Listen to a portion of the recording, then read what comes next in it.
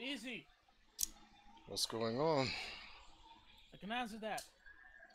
Hmm?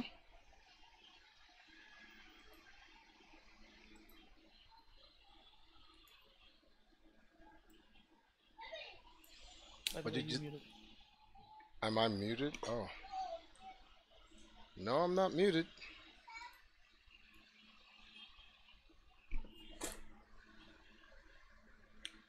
So let's get to this. Yeah, on Discord. Yeah, you're muted on Discord. I'm muted on the Discord. Oh. Yeah, I was muted on the Discord.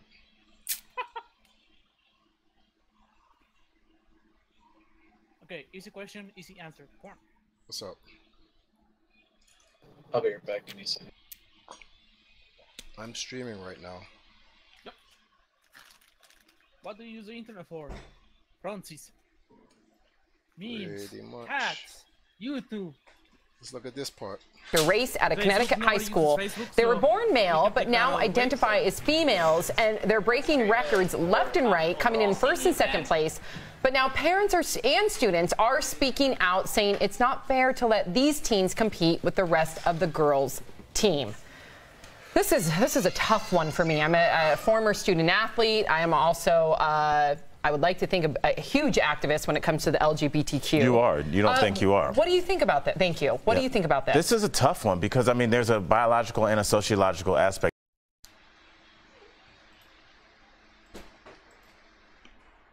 Do you hear the foolishness that I'm watching right now? Just watch the stream. It's foolishness. To this, I mean, biologically, when you're growing up as a boy, especially when you're undergoing puberty, I mean, you're getting that bone structure and that musculature you're going to have for the rest of your life. And even if you do start to transition into estrogen as you transition into being a female, those muscles are still there and developed, and it is going to give you an advantage. But sociologically, as a person that has a very close family member to myself that is transgendered, I mean, me telling him that he couldn't compete would break my heart, and that's not fair. So what do you do? But it's tough. It's just it's not fair. That's what it is. It's not fair. You're that's right. why there's the NBA and the WNBA. Because and nobody wants to hear this, but men are better athletes, and it's not fair if a man is competing against a woman. If it was fair, there would be the NBA. It wouldn't be the WNBA. It'd just be one. So what do you do? Then you have to organize, like if someone's transgender, maybe have like races for them specifically. You know what I mean? You know, I don't think that sounded sensitive. I don't think separate is equal ever when it really comes down to it. I think that you're just being honest. I don't think that's insensitive at all. I think that what we're saying is, first of all, men aren't necessarily better athletes. They're just have more muscle genetically. But I really fear for this. Which makes them better athletes, but keep going. I think that we're looking at this wrong. If I had a child who was competing against someone who was transgendered and was born male but competing against females, I would say that this is a really incredible lesson in life, because life isn't fair, and there's always going to be somebody who is better than you, stronger than you, prettier than you, and you just kind of have to get used to this, and this is a really great lesson. I think that what they really should be doing is focusing on trying to achieve that level of athleticism. Maybe they'll never get there because genetically they're not predisposed to do that, but in order to try, that might make them a far more superior athlete by having that competition in the long run. Amen. I don't think discrimination is the answer. Not at all. But what if somebody says, I need this, this is the only way I can go to college is on a track scholarship. I've known this since the 5th grade, and I've been working. I'm up to states, and I lost to going to state because of somebody that was transgender. Or lost out on your scholarship. That's updating policy then, which is a conversation. The reason why there's a need for this conversation. Definitely. Yeah. Big time. And we want DBL Nation to chime in, please. We love hearing what you have to say.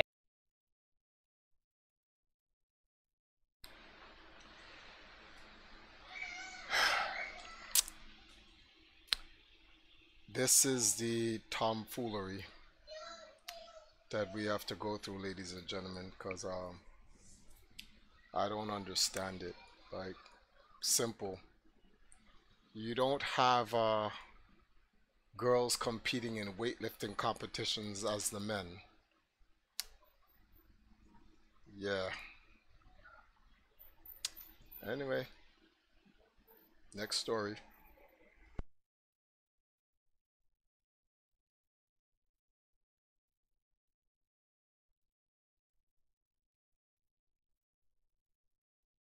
Wait, there's more. Alright, I'm back.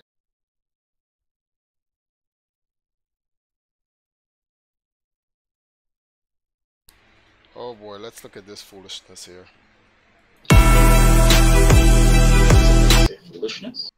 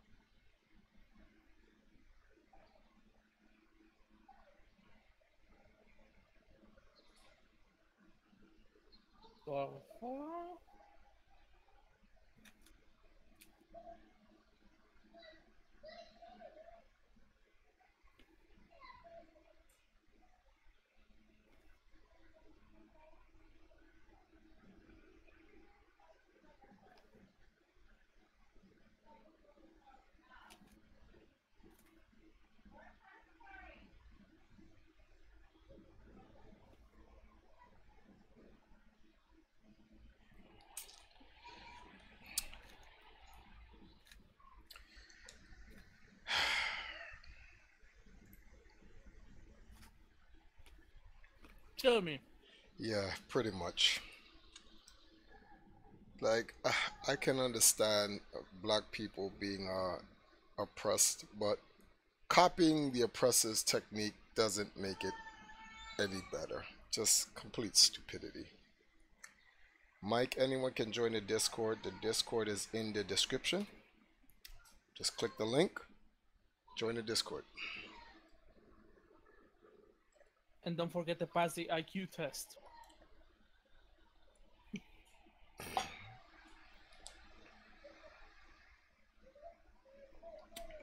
One of our YouTubers said, you got to be careful what you say on the internet because there's no going back once you do.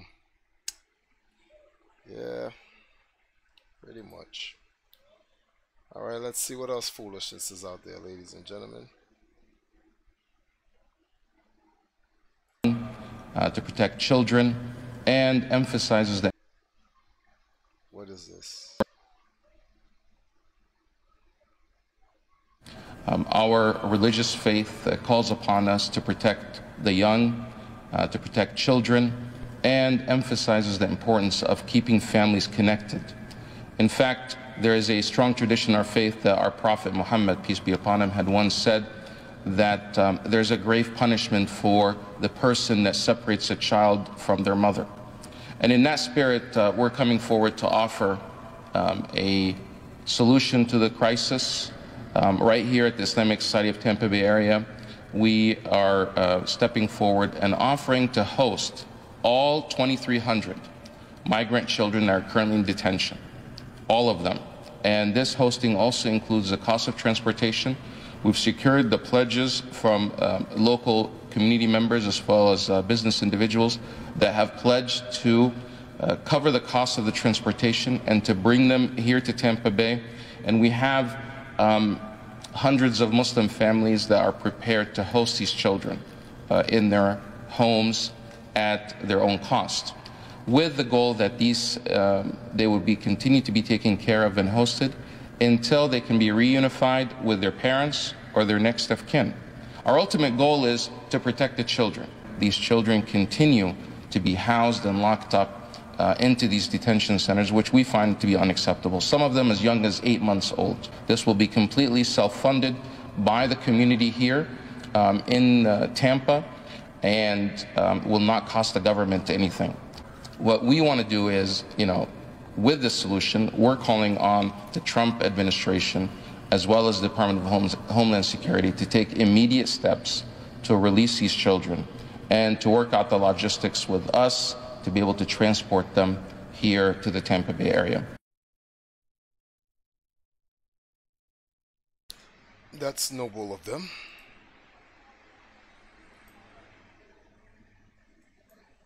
Hey CW, what up? Let's see what's going on here.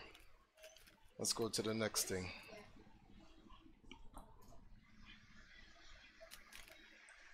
This is the type of foolishness that's on the internet. Let's see here. Oh, let's look at this foolishness right here, ladies and gentlemen.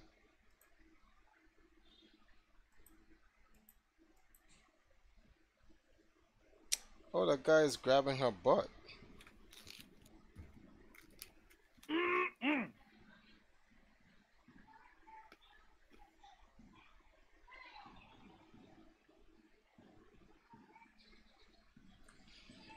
Really? Oh my goodness. I'm just gonna scroll past this one. There's the level of foolishness. Hey, let's take a look at this one. The result of a sting operation separately conducted at Beda stores in Nairobi's Eastleigh area and Palea stores along the eastern bypass in Ruiru. The seizure netting 1,365 bags of industrial sugar that the government chemist has termed unfit for direct human consumption. When you see the reports that have come from chemical analysis that have been done, some of what we are selling around and mixing as sugar has got high contents of mercury, has got high contents of copper. According to medics, if consumed, mercury has adverse effects on the human body, including complications on the nervous system, digestive system, weakens the immune system, causes kidney failure, in addition to being highly cancerous. Copper causes nausea, bloody diarrhea, low blood pressure, anemia, and heart complications. They are killing us because they are selling poison to all of us, and none of us is safe. We should not pretend. Matiang'i revealing that influential businessmen and politicians behind the killer trade have been threatening DCI officers steering the operation. I am not under any illusion that we are engaged in a very serious war. A war that could mean anything. It could mean even the lives of some of these officers. And it could mean even the lives of some of us. But let me tell you quite clearly, we are ready. Authorities accusing the traders of illegally repackaging the imported sugar into local brands without the knowledge of local companies. This causing millions of shillings in losses to the Kenya Revenue Authority. Those who are appending this, you will have to go so that we can have people in whose hands we can entrust the country. The investigators will cast their net wider than just sugar, according to the Deputy Head of Public Service. Mention adulteration of fuel, mention liquid gas, mention the cables that we use for electricity and other things, mention the food we consume. Across the entire spectrum, we have this kind of nonsense. Therefore, this is a war that will be sustained. This is not your usual type of things you have been hearing around. We will investigate, we will come back. This is a different ball game. Take it from me. 3 suspects arrested during the swoop in Eastleigh were arraigned last week. No amount of intimidation will be put into consideration is a stern message from Matiang'i. With a small fish already in court, will we see the big fish behind this dragnet arrested and prosecuted? Hassan Mugambi, Citizen TV. So let me get this straight. They're poisoning the sugar in Kenya.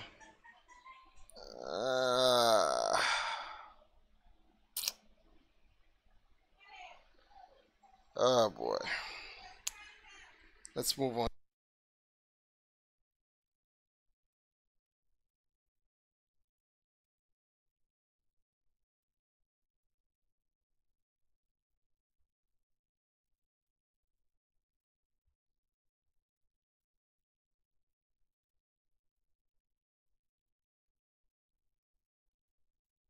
Everything, please, can be solutions in themselves, and that prayer is not a solution to everything. Please go to school, don't pray. Pray that you pass exams. Go to work, don't pray. Prayer does not answer poverty. Poverty is an economic problem. Not only is it a spiritual inclination, but it's an economic problem. If you don't have an economic formula to turn around your economics, prayer cannot help you. Hence, Jesus gives us parables of the sower, learning how to sow. The parables of the people who were given talents and how to multiply your talents. The stories in the Old Testament of a woman whose husband had died and left the woman in debt, and says, no, collect jars, fill up the jars, sell the oil, pay the debts, and etc. He didn't say pray for your debt to go off. And many of us as Christians, particularly my Adventist friends, please don't get confused and overexcited about the issues of prayer and your exclusion from political injustices in the society, and you think that your recitation of memory text of 1844 and health and dietary issues will solve the economic problems. I have a problem with you. Let me tell you why. You want to worship in a free society, but you don't want to get involved in the machinery that delivers the political freedom that you want so much. I mean, it's beautiful to worship as an Adventist in a free country. Question for you: who delivers the free country to you? Who has gone to die on the battlefield for you to have a freedom of worship? Now that the countries are free, there are economic problems, there are political problems, there are social problems. All of a sudden, you want to exclude yourselves to weeks of prayers. Don't get politically involved in anything, because all these things are in the hands of God. If they were in the hands of God, then how come God used political figures who had to die and be incarcerated in prisons to deliver to you the political freedom that you need? I think this is typically a sign of hypocrisy to the highest order, that you want to enjoy freedom, but you don't want to get involved in the things that deliver that freedom. There is rape all around. There's abuse all around. There's economic injustice all around. Should we be sitting around and reading our Sabbath quarterlies and say, I guess the message he's trying to say is that it's one thing to believe in a religion or a faith, but prayer alone will not solve our problems. We need to do, and in order to do, we need to be educated. At least that's what I got from him. I don't know what you guys got from him, but yeah. Next. What's this? Nope.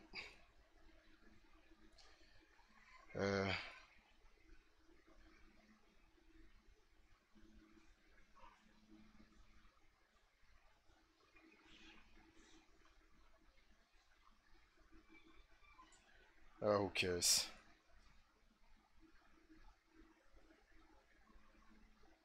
What is this? Let's find out what this is about, guys. I'm not going to get on TV and cry and call for Reverend Sharpton. I'm going to quietly sit back, bury my baby, and then I'm going to figure out how to kill you and your wife and kill you and your children. Every black parent that have lost a child to the bullets of the enemy in uniform who's supposed to be your protector, you should go kill those enemies. That's your duty as a human being. And if you can't protect your family, you're going to bring a baby in this world, raise them up to a man, child, or a woman, and then you're going to let somebody come and shoot them down like a dog in the street, not only go into court and get off and laugh in your face, but they pay them back pay. And you're just going to get on TV and cry. No, your obligation is to go to your grave to avenge your children. That's your duty as a human being, black man.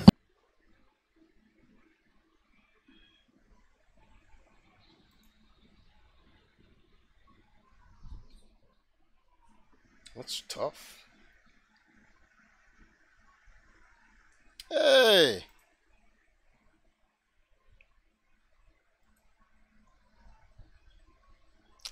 I've said this before on my Discord. One of the biggest problems I have with white supremacy is how impatient they are. Metal Warrior 19, 619, thank you for the subscription. One of my biggest problems here is that white supremacists are very, very, very impatient.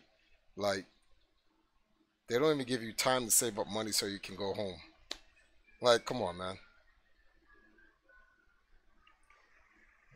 For those who are wondering what this stream is about, it's pretty much in the description, well, the title, pretty much, or check the Twitter, it tells you, yeah, let me put the tweet in here. It looks like we have a couple of people who pretty much are not getting it, but don't worry, I got you, we got you, man, we got you.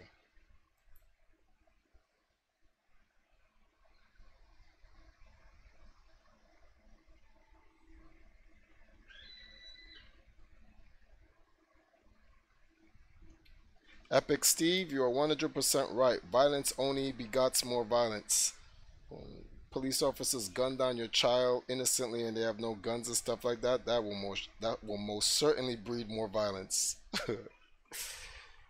That's what the point I think the guy was trying to say. So I 100% agree with your statement there. We should just have no violence, period. For those wondering what the stream is about, I put a link in there to tweet. It'll give you an idea of what the stream is about. Also, you can always just read the subject of the stream. Pretty much gives you an idea.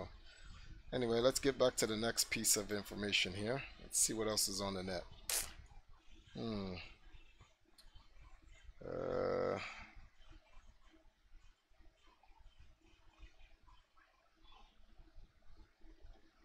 I'll skip that. Actually, people, let's take a look at this.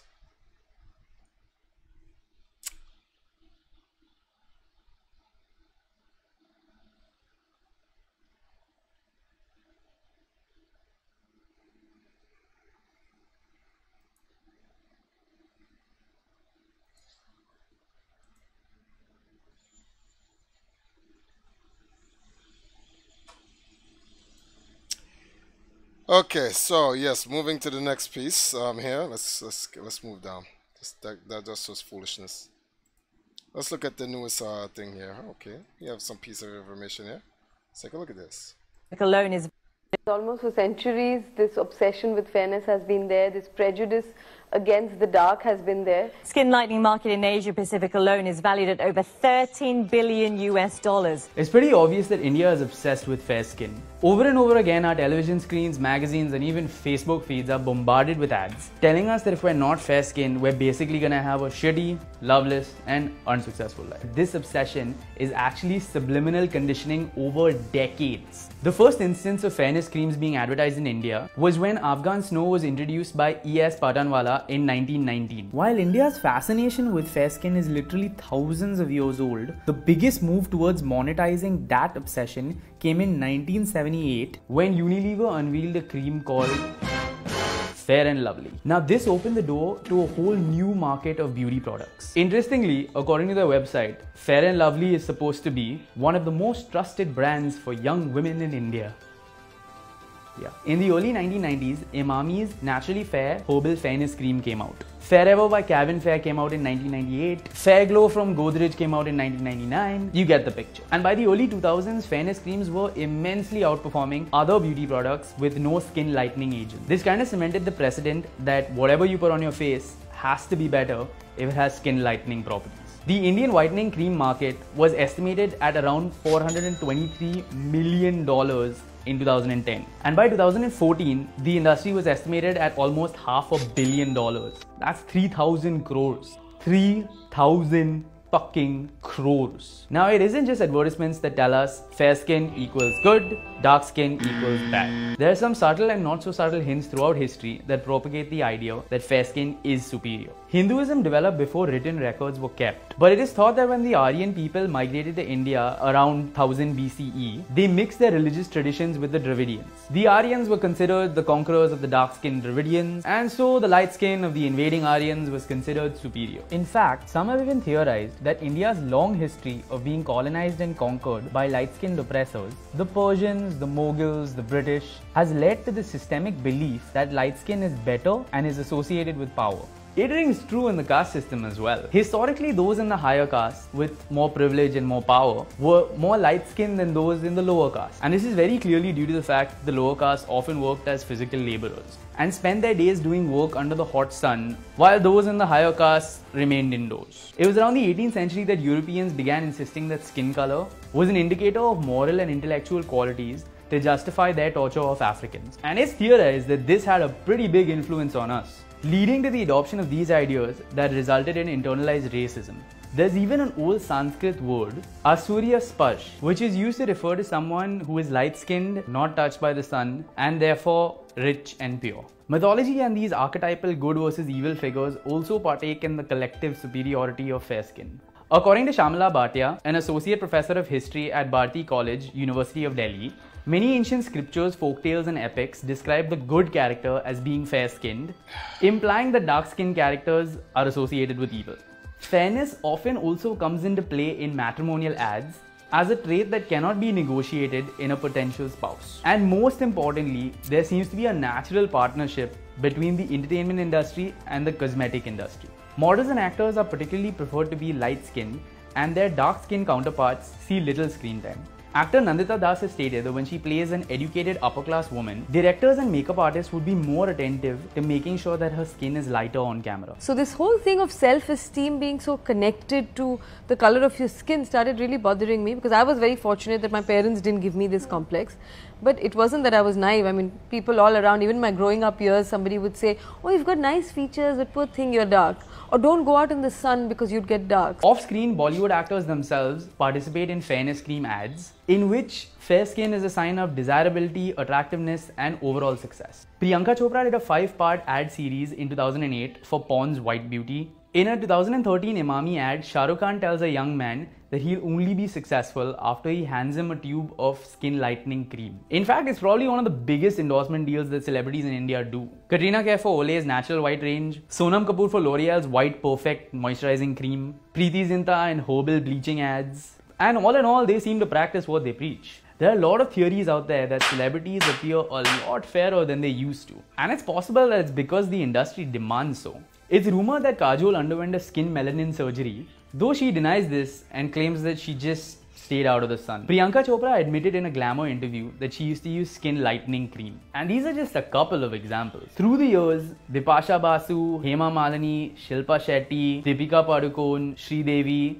even Rekha, all have been speculated to have lightened their skin in some way. Beauty in India is inextricable with fairness, and that's even demonstrated by all the Miss India winners. Historically, previous Miss India winners have always had light skin. In 2014, when Neena Dabuluri became the first Indian American woman to win a Miss America pageant, not only did she face racist remarks from Americans, but also harsh criticism for her dark skin from her Indian contemporary. In India, media commentators at the time explained that Dabuluri wouldn't have been fair-skinned enough to have won a pageant in India itself. In her dissertation, cultural anthropologist Susan Runkle described how she sat in on weekly sessions between dermatologist Dr. Jamuna Pai and contestants of Miss India 2003. She noted that every single woman was using some skin lightening treatment or the other. Dr. Pai stated, "Fair skin is really an obsession with us. It's a fixation. Even with the fairest of the fair, they feel they want to be fairer." Apart from the negative tolls our fascination with fair skin has on our self-esteem and mental health, skin lightening can lead to serious skin and health conditions, which include permanent skin bleaching, thinning of skin, uneven color loss, skin cancer, and intense acne. You could land up getting darker than normal color, or you could land up losing all your color. You could also see some cases where you see some secondary infection happening and patient getting pus boils. I have seen cases where people have come with scarring on the skin, and those scars are permanent. But it's not only women who have bought into this whole fair is best mentality. It was realized that 30% of users of women's fairness creams were men. In 2005, Emami was the first company to launch a skin lightening cream for men called Fair and Handsome, and it soared, growing at roughly 150% a year. Now, in other parts of the world, making someone fairer or whiter has been widely criticized. The most recent example is the controversy that was sparked after a Dove ad showed a black woman removing her brown shirt to reveal that she was actually a white woman wearing a beige shirt. The ad was eventually removed from Facebook for the racist implications that being dark-skinned is dirty.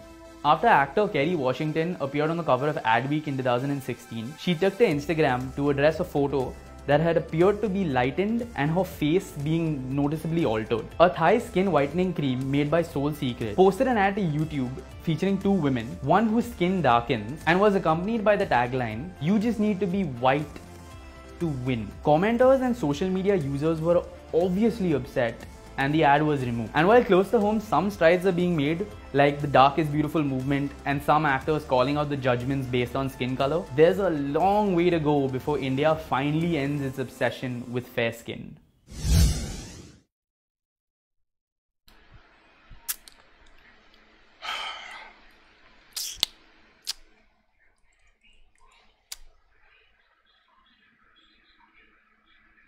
Yeah, let's go to the next thing.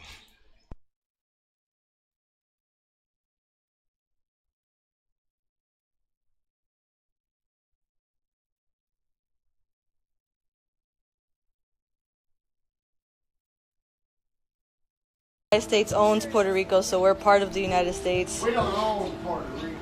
We protect Puerto Rico. Okay. We don't own Puerto Rico. It's Okay. not a state of the United States of America. So what's your point now? Well, what's your point, sir? My point is, why are you wearing that? Because I can. Officer, can you please? I'm renting this area, and he's harassing me about the shirt that I'm wearing. You're not renting any of it. I did rent So you it. put a permit. I have a permit for this. Permit Right, to so have it. can you please step away from me, sir? Can you cannot. please step away from me? You're not going to change us. You know that? I'm not trying to change anyone. I'm just trying to come here No, for a birthday the world party. is not going to change the United States of America. Okay. Okay. You should not be wearing that in the United States of America. Okay. Are you a citizen? Yes, I am a Are you a citizen. United States citizen? Can you please get away from me? Then you should not be Can wearing you that. please get away You from should be me? wearing United States of Officer, America flag, officer, I feel not highly Puerto Rico. uncomfortable. Can Are you you a please citizen? grab him? Are you an American citizen? Please, officer. Hey, I'm an American citizen. I would like to know, is she an American citizen? Why is she wearing that? Because it doesn't.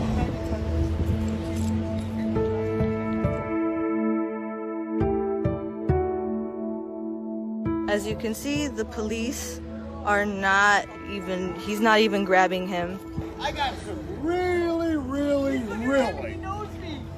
nephews and nieces that'll Can you go please down get away on you. from me? If Can you're you an please American get away from citizen, me? you should Can you not be please wearing get away that from me? shirt Can you in please get America. away from In me? Puerto Rico, you should wear. Hey, calm down.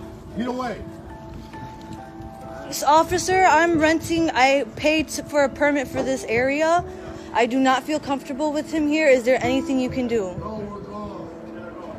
Hey, we're not going to sit around and be with you. Hey, don't you dare walk over here, okay? That woman. Okay, well, how come you're saying something when he's going up, but when he was coming up to me, you didn't do anything? American citizen, and we're Puerto Rican. Shut the f*** up.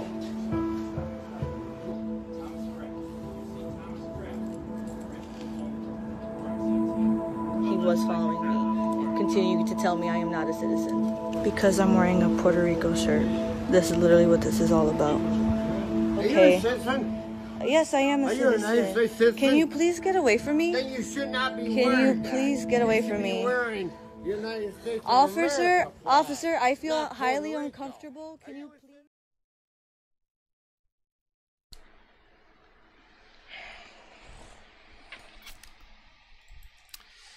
The illusion of inclusion. That's the lesson there, ladies and gentlemen. Let's move on.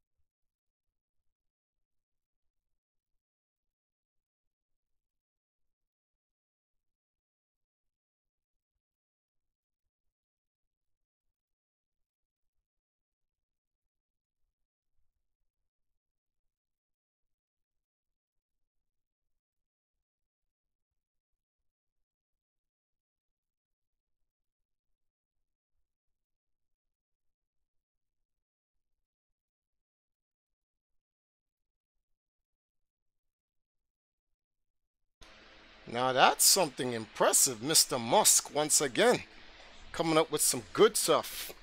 He got that tech. I respect that. For those who are coming in here during this stream asking me, what is this stream about? Well, I don't know why you guys are not getting what this stream is about. Like it's pretty obvious. The stream says, what do you use the internet for? Right? I've even put the let me grab it again for you guys, just in case anyone didn't get it. You know, I'm gonna put it in. You know, what do you guys use the internet for? Some people use the internet to. In fact, I'll just read you guys my tweet. The tweet says, "What do you use the internet for? The things that matter in the world are the things that make the masses very uncomfortable. Thank goodness we can completely be distracted by things that absolutely helps no one but satisfy our selfish desires."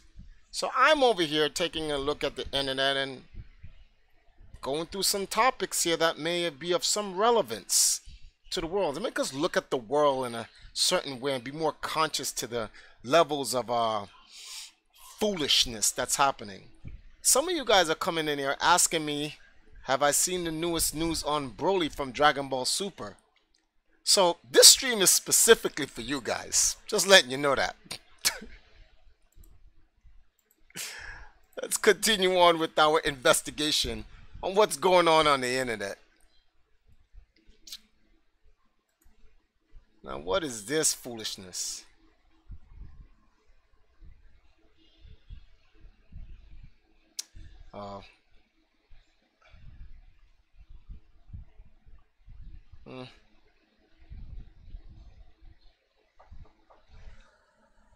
I'm streaming, yeah. You have your... Oh, leave it. Yeah. It was illegal for slaves to know how to read, but they gave them the Bible. Think, mother... Think. Ah, that's a godlike one right there. I like that. All right, let's see here.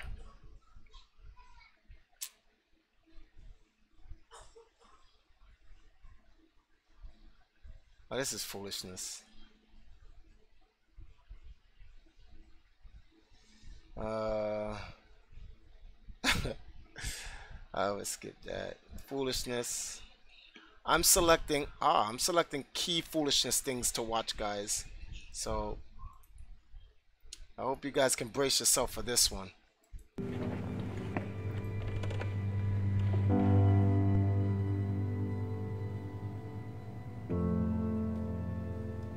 Good morning, ladies and gentlemen. I am Immigration Judge William Stauffer, sitting in the Immigration Court in Portland, Oregon. These are removal proceedings. Do you understand what these proceedings here in court are all about? Do you know what a lawyer is? No? Do you have a lawyer? No? The respondent is present in court, but without an attorney.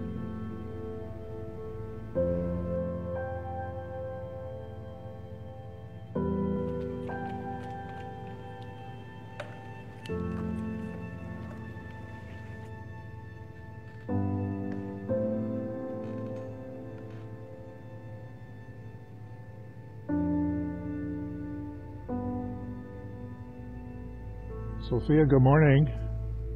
Are you a little nervous this morning? See? You know what a lawyer is?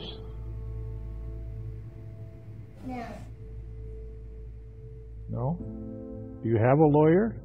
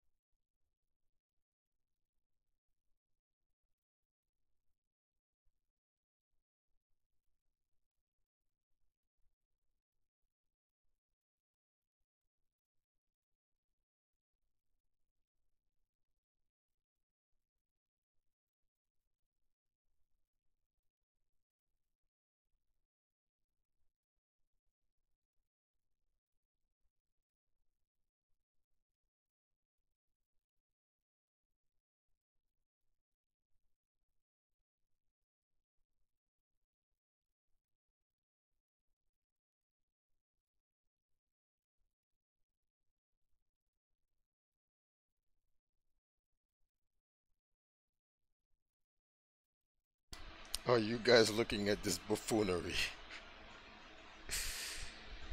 I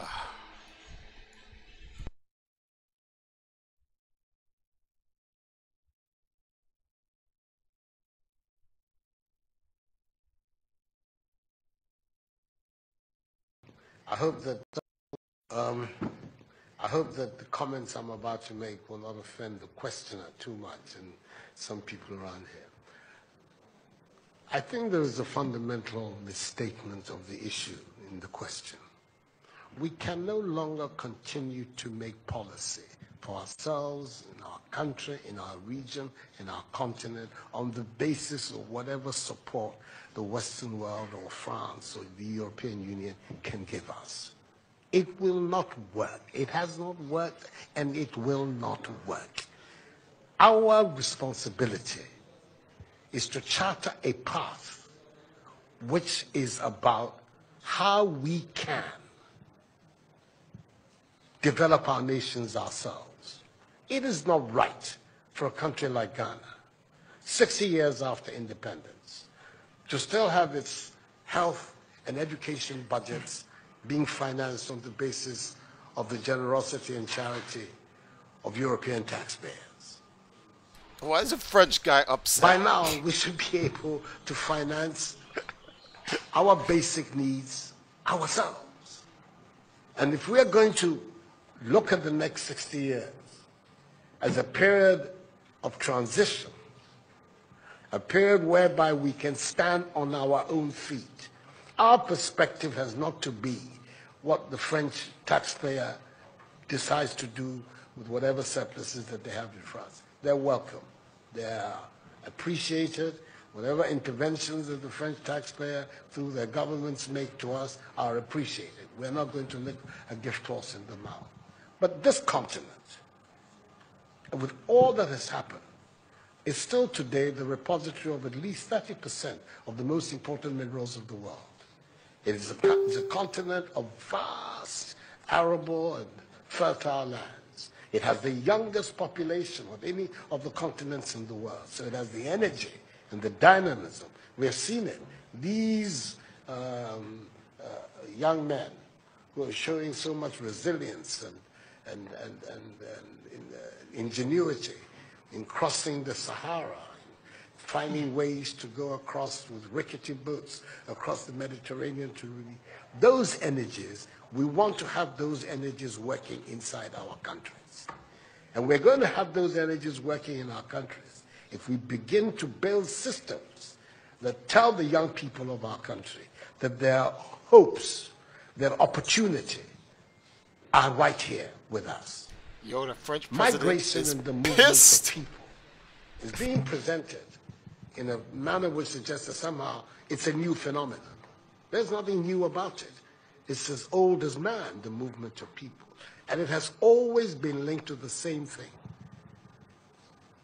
The failure of where you are to provide you with an opportunity, so you move somewhere else. Those of you who are familiar with 19th century European history would know that the biggest wave of immigration in 19th century Europe, the latter part of it, came from Ireland and from Italy. Waves upon waves, generations of Italians and the Irish people left their countries to seek the American paradise, largely because Ireland was not working, Italy was not working. Today, you don't hear it. Italian young people are in Italy. Irish young people are in Ireland. We want young Africans to stay in Africa.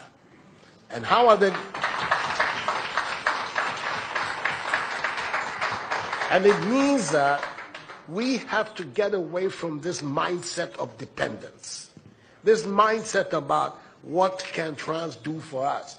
France will do whatever it needs to do for its own sake. And when those coincide with ours, tant mieux, as the French people say. But our main responsibility as leaders, as citizens, is what we need to do to grow our own countries. What are the institutions that work, that will allow us to have good governance, to have accountable governance, to make sure that the monies that are placed at the disposal of leaders are used for the interests of the state and not for those of the leaders, to have system that allow for accountability, that allow for diversity, that allow for people to be able to express themselves. Yo, look at his body language.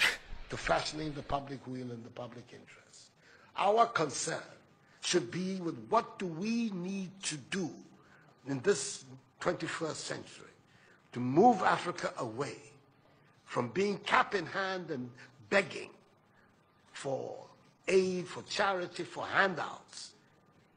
The African continent, when you look at its resources, should be giving monies to other places. We have huge wealth on this continent, in our own country of Ghana. And we need to have a mindset that says, we can do it. Others have done it. We can also do it. And once we have that mindset, we will see it as a liberating factor for ourselves. We keep talking about how it was that Koreans, Malaysians, Singaporeans, who got their independence at the same time as us. We're told of that at the time of Ghanaian independence, per capita Ghanaian income was higher than that of Korea. Today, Korea is part of the first world. So is Malaysia. So is Singapore. What happened? Why did they make that transition? And 60 years after independence, we are where we are. Those are the matters that should concern all of us as Africans, as Ghanaians. And not, when I say so with the greatest of respect to the French president, I think that the cooperation of France is something that I am, as you know, a strong friend of France. I am Francophile, so I don't have any difficulty with that.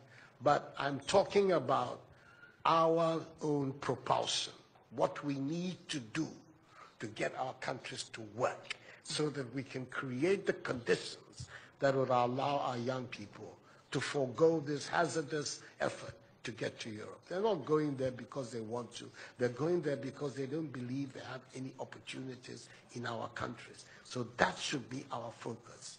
And I believe that with that if we change that mindset of dependence, that mindset which is contingent on aid and charity, we would see that in the decades ahead of us, the full flowering of the African peoples will take place. And that new African personality that was talked about at the time of our independence will become real and imminent in our time. That's what I'm saying. I hope that I'm not upsetting the questioner or even some of my friends who are here. But these are my strongly held beliefs. And that is the reason why I've adopted as the slogan of my presidency, of my period in the Supreme Office of Ghana, that we want to build a Ghana beyond aid. A Ghana which is independent, which is self-sufficient, that is capable of standing on its own feet and building its own life. We can do it if we have the correct mindset to do so. Mr. President, those are my contributions. He is pissed. Si vous aviez besoin d'avoir la preuve qu'une nouvelle génération de leaders en Afrique croit dans une nouvelle histoire pour l'avenir et la jeunesse, vous venez de l'avoir. Pour ceux qui pensaient que ce n'était que les mots d'un président français parlant de l'Afrique. Il y a des leaders en Afrique qui veulent une nouvelle relation, qui veulent un avenir pour leur jeunesse dans leur pays, dans leur continent, qui le veulent parce que c'est ce qu'ils veulent écrire. Donc merci pour cela. So, no, we'll be here forever. We'll be here forever. He has a lot of ideas and a lot of very positive things to say. And as you can see, I have my own things to contribute as well. So, let's bring it to an end. We're going to, Mr. Macron left Abidjan after a hectic morning, has not had anything to eat. He at least has to have that side of Ghanaian hospitality. So we're going to be able to leave it for him to go have some lunch. Thank you very much indeed.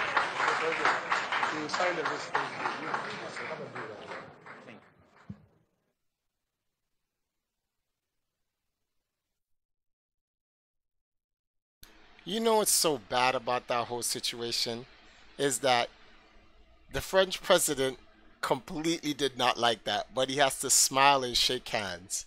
Oh man, the politics, boy, the politics.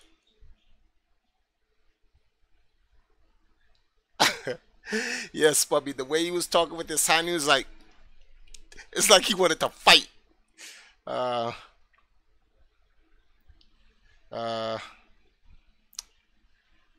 Let's move to the next topic.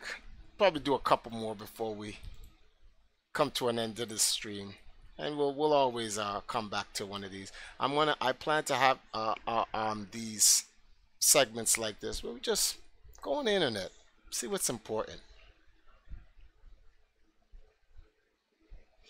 Empower the black child with right African knowledge. Teach them the truth when they're young. They were born ready. I agree. What is this?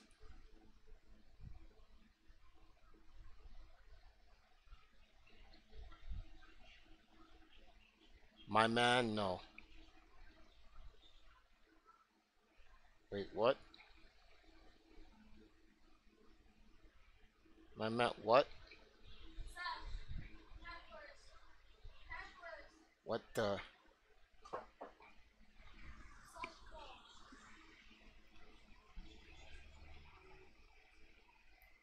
My man, what do you? What?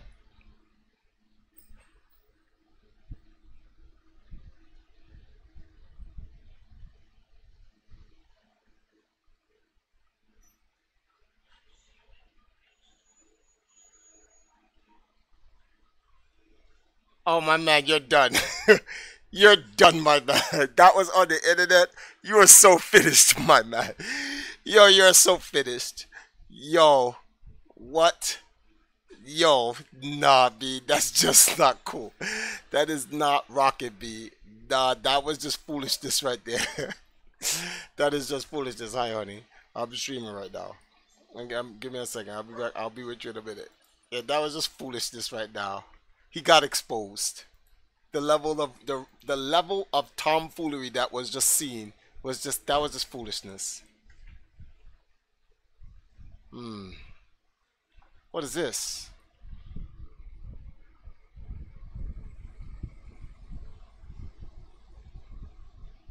Huh?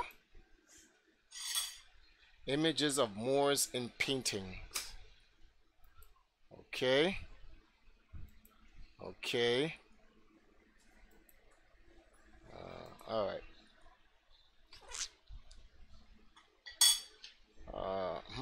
Interesting. Let's take a look at this. Oh.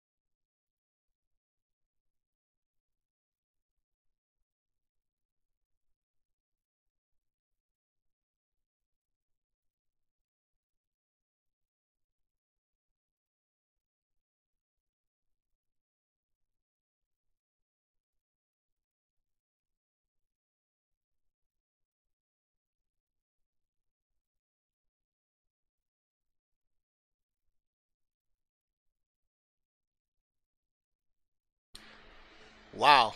Oh, Jagan, no, there was no sound on purpose. It's playing some type of music in the background. Last thing I need is YouTube striking my channel because of some music that they're playing that they probably have copyright ability to do, but I don't. So I just mute it. I don't even take the risk. So yeah. 1 second. We'll move to the next topic in a second. And whenever I see something going, I just mute it myself. So all right. Alrighty then. Let's do a couple more.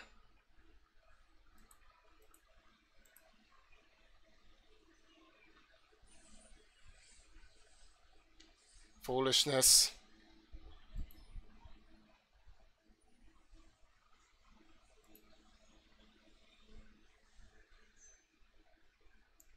All right.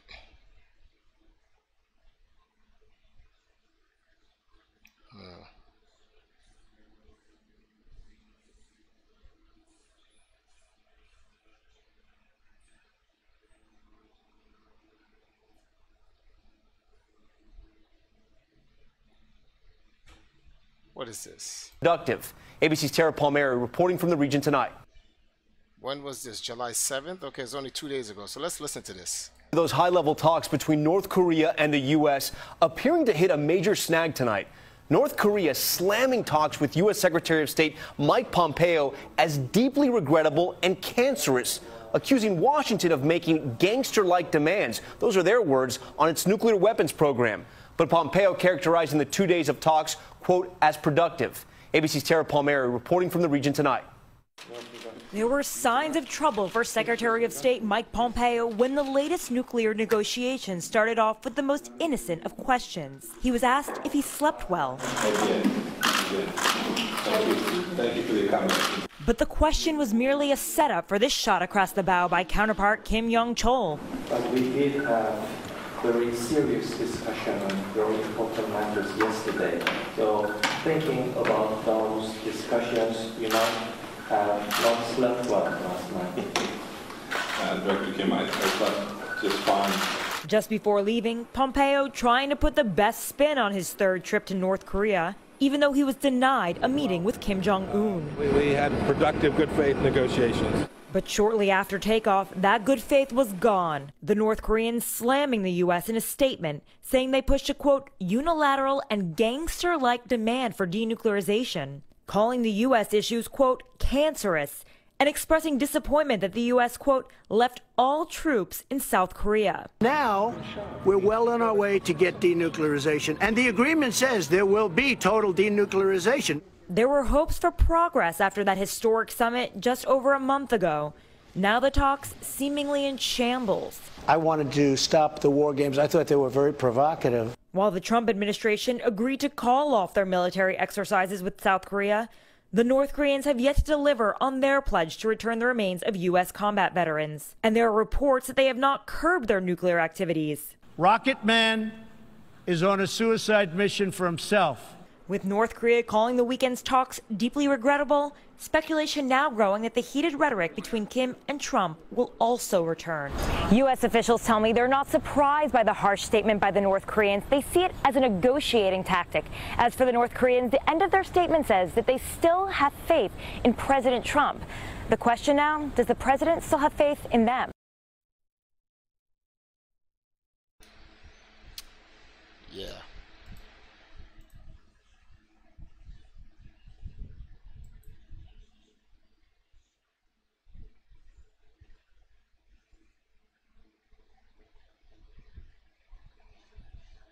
Hey, what?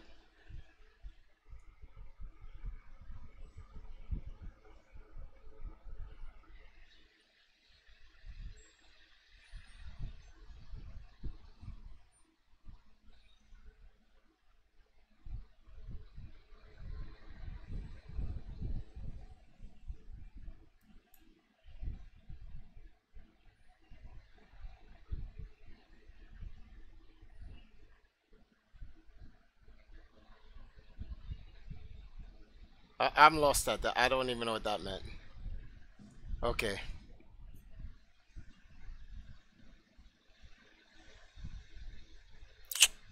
Let's see here.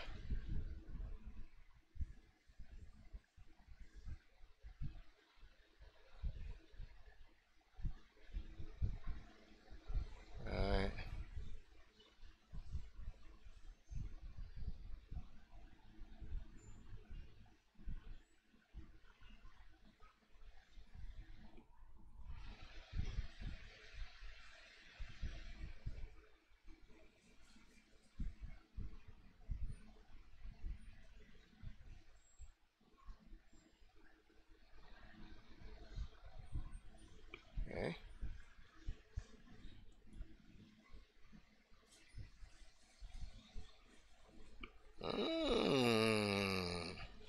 rather lose some friends for speaking my mind rather than lose my mind trying to keep some friends.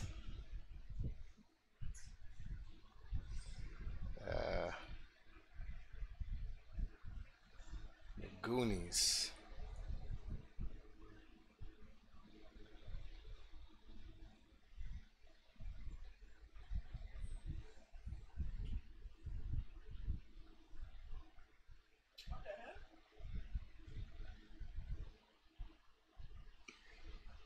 I'm not even gonna. There's some levels of buffoonery and tomfoolery I will be willing to watch, but nah.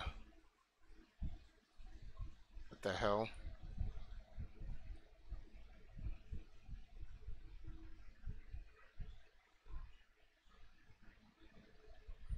Okay.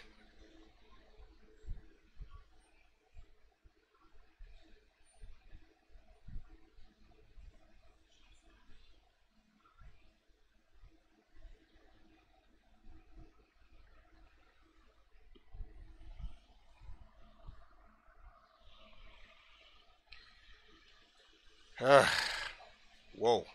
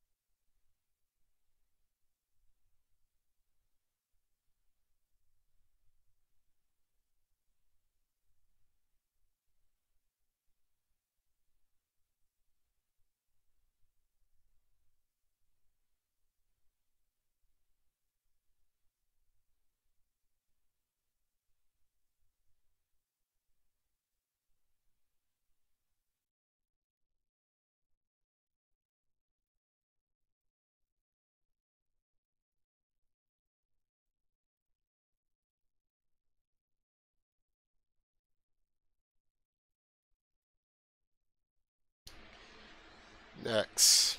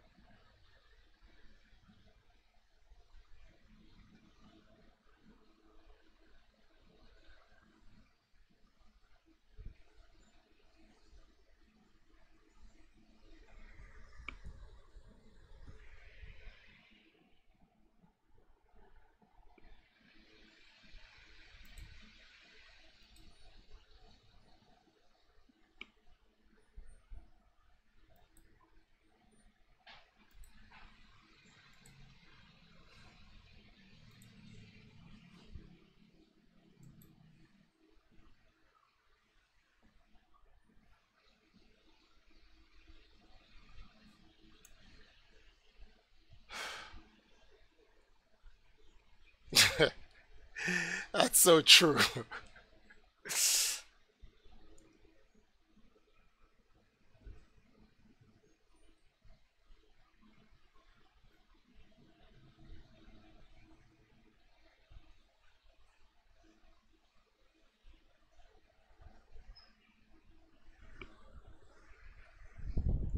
When you have a baby, they have to get all these injections. Yeah, vaccination. Yeah. You know what's in the vaccinations? Yes, I know. Huh? Yes, I know. What's in the vaccinations? Okay, so just letting you know, you don't get any calls, shots on that. Like, the child is not getting stuck with shit. Just letting you know. Like, we can die of the shit that they put in us, but not our child. When our child gets older, we'll allow them to do the research, and then they can make the decision on their own whether they want vaccination and all that other shit. Not putting that shit in our child. That's against the child's will.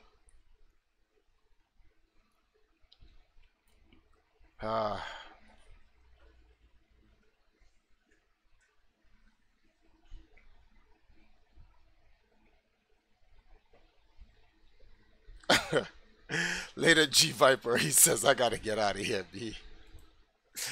The foolishness, I know. Alright. Let's do one more story. Let's look for one more story. We'll call it a wrap. Come back for a couple games.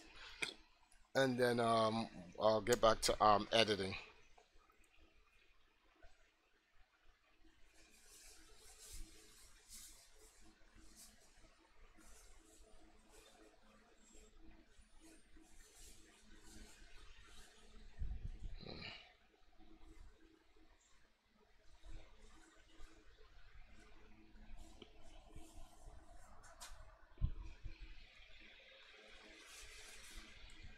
Wow.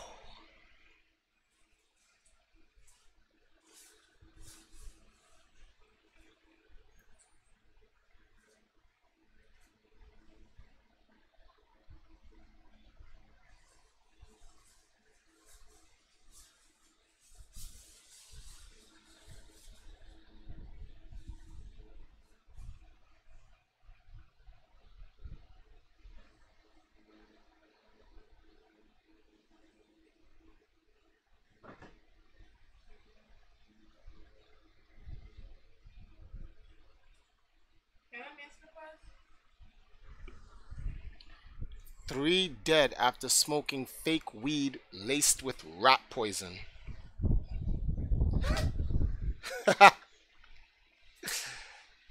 That's funny. Another 100 people have suffered from the severe bleeding, and several... I'm not going to read that.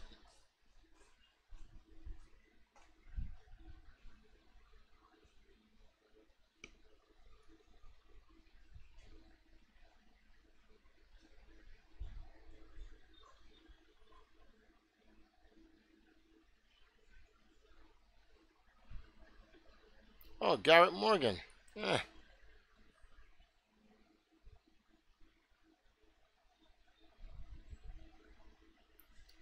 I'm not even gonna, no, just not doing that.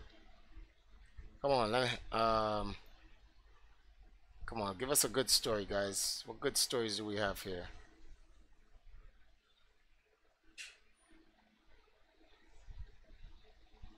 No.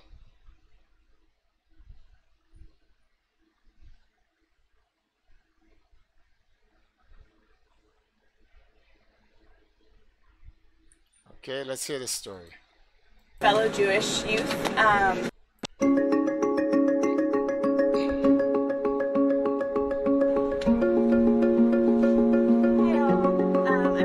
So like a lot of you, I came on this trip to be in community with fellow Jewish youth and to learn. And I've really valued a lot of the experience that I've had, but I just want to let you know that there's a group of us on this trip who've been asking questions and trying to engage, and we have not been able to do that, and as a result, the 5 of us will be leaving as we get off the bus. We'll be going on a trip with Breaking the Silence to learn about the occupation from the perspectives of Palestinians and IDF soldiers. Thank you very much. Thank you guys. Let's get off, please. We've appreciated the chance.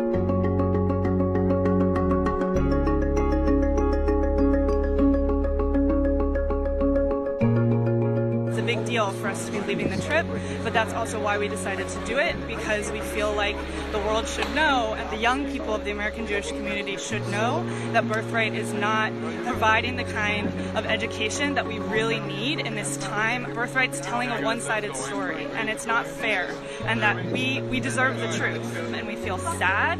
It's a sacrifice for us to be leaving them without getting to say a proper goodbye, but it feels important, and it feels like a sacrifice worth taking.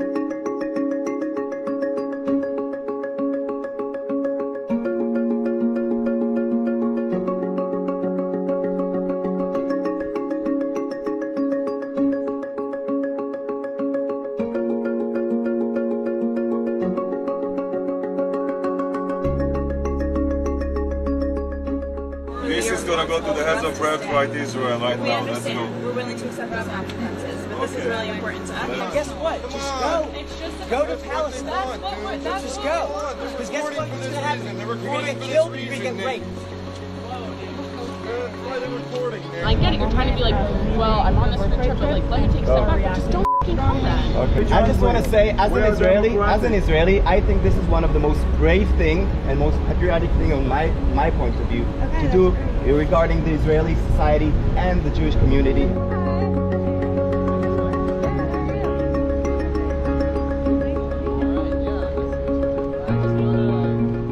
Something incredibly brave. You refuse to cooperate with the silence that's protecting the military regime that we're enforcing on millions of Palestinians in the territories.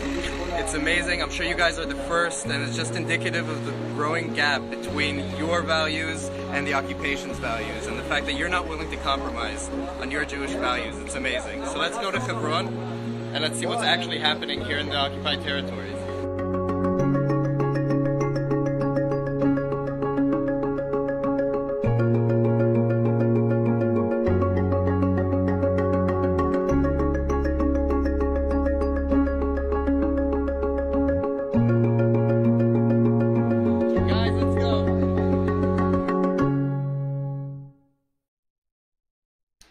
As I told you guys, not all Jewish people are evil or this negative thing that they show out there.